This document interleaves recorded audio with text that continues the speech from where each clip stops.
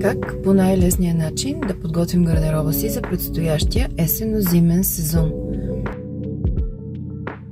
Реално това може да се случи само в няколко прости стъпки. Първо, направете анализ на всичко, с което разполагате. Всички дрехи, които имате, като видове, и също така отделете тези, които носите. Тези, които не сте обличали от поне година, можете да забравите за тях, да ги подарите, дарите или изхвърлите. Уверете се, че имате поне една или две жилетки. Също така якия с средна дебелина, като тренчкот или някакъв шлифер, който да може да носите, когато времето е капризно. Хладно е сутрин и след обяд става по-топличко. Проверете любимите си дрехи от миналия сезон. Ако имате такива фаворити, помислете с какво можете да ги комбинирате този сезон, дали разполагате с такава дреха и си направете списък за пазаруване. Така ще бъде по-целенасочено и няма да купувате дрехи, които след това ще висят в гардероба и вие никога няма да ги облечете.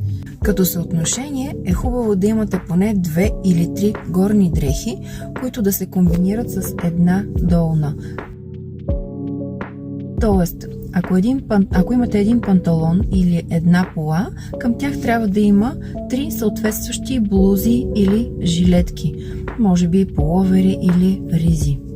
За ваше улеснение може да си организирате няколко различни сета, да си ги подредите в гардероба и да помислите предварително с какви аксесуари можете да ги комбинирате.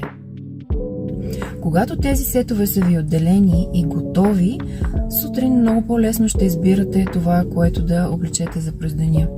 И така, в заключение, с по-малко пазаруване, с по-малко дрехи, можете да си направите разнообразни визии и да имате какво да облечете. Споделете ми долу в коментарите дали изпитвате трудности при смяна на сезоните, как успявате вие да си организирате гардероба, как се подготвяте за идващата есен и зима.